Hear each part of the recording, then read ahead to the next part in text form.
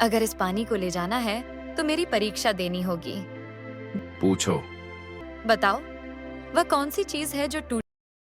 एक छोटे से गांव शिवनगर के आखिरी छोर पर मिट्टी और फूस से बना एक टूटा फूटा सा घर था। उसी घर में रहता था हरदेव कुम्हार।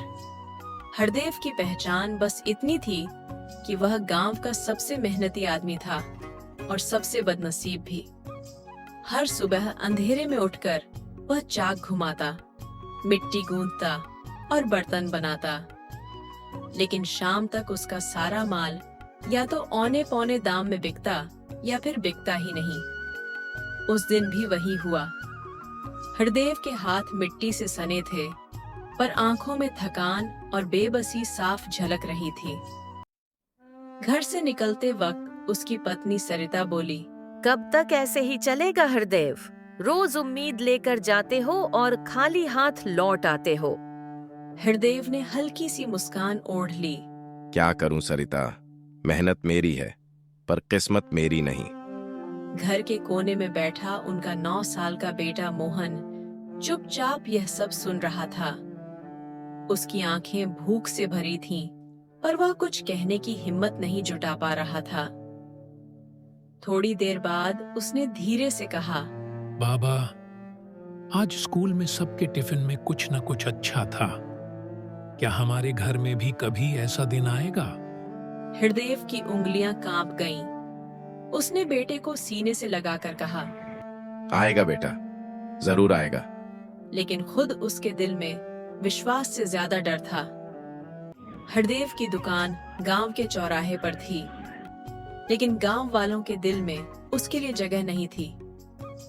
कुछ लोग उसे अपशकुन कहते थे, कुछ कहते थे जहां यह जाता है वहां काम बिगड़ जाता है। उस दिन गांव का प्रधान मंगल सिंह वहां से गुजरा और ठिठक गया। हरदेव, आज फिर कोई ग्राहक नहीं। पीछे से एक अमीर किसान हंस पड़ा। अरे छोड़ो प्रधान जी, इसकी किस्मत ही फूटी है। इसे काम देना मतलब अपने नुकसान को बुलाना। हंसी की आवाज हरदेव के दिल में चुभ गई। उसने कुछ नहीं कहा, बस सिर झुका लिया। शाम को जब वह घर लौटा तो सरिता ने खाली चूल्हा देखकर कुछ नहीं पूछा, बस समझ गई। आज भी? हरदेव ने सिर हिला दिया। रात को वह चुपचाप घर से निकल गया, ना किसी को बताया, ना किसी को देखा। जंगल की ओर चलते हुए उसके कदम भारी थे। क्या यही मेरी जिंदगी है? मेरे बच्चे की किस्मत भी मेरी तरह होगी? वह एक पुराने बरगद के नीचे बैठ गया और पहली बार फूट फूट कर रो पड़ा। अचानक उसे कराहने की आवाज सुनाई दी। पास जाकर देखा, एक बूढ़ा साधु जमीन पर गिरे हुए थे। बेटा, थोड़ा पानी मिल जाए तो जान बच जाए। हरदेव बिना कुछ सोचे दौड़ पड़ा। काफी दूर जाकर उसे एक पुराना कुआं मिला। जैसे ही उसने लौटा डाला, पानी में हलचल हुई। एक गूंजती आवाज आई, अगर इस पानी को ले जाना है तो मेरी परीक्षा देनी होगी। डर के बावजूद हरदेव बोला, पूछो, किसी की जान बचानी है। आवाज आई, बताओ, वह कौन सी चीज है जो टूटे बिना ही सबसे ज्यादा दर्द देती है? हरदेव कुछ पल चुप रहा, फिर बोला, उम्मीद। क्योंकि जब उम्मीद टूटती है तो इंसान अंदर से मर जाता है। कुआं शांत हो गया। जा, तू सफल हुआ। हरदेव पानी लेकर साधु के पास पहुंचा। साधु ने पानी पिया और मुस्कुराए। तू गरीब है, लेकिन तेरा दिल अमीर है।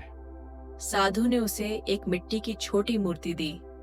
इसे संभाल कर रखना, यह तेरी मेहनत की गवाही देगी। अगले दिन से हरदेव के बनाए बर्तनों में कुछ अलग चमक थी। लोग खुद चलकर आने लगे। धीरे धीरे उसकी कला की चर्चा दूर दूर तक फैल गई। कुछ महीनों बाद राजा के महल से संदेश आया, राजमहल के लिए बर्तन बनाने वाला चाहिए। हरदेव बुलाया गया। महल में जब हरदेव ने सच्चाई से अपना संघर्ष बताया तो राजा की आंखें नम हो गईं। आज से तुम राजकुमार कहलाओगे और तुम्हारा गांव तुम्हारे हुनर से पहचाना जाएगा। हरदेव ने झुककर कहा, महाराज, मैंने कुछ नहीं मांगा, बस ईमानदारी निभाई। जिस इंसान को गांव अपशकुन कहता था, आज वही गांव की पहचान बन गया। हरदेव ने साबित कर दिया, किस्मत भगवान नहीं, इंसान की सच्चाई लिखती है। सच्चे आंसू कभी बेकार नहीं जाते।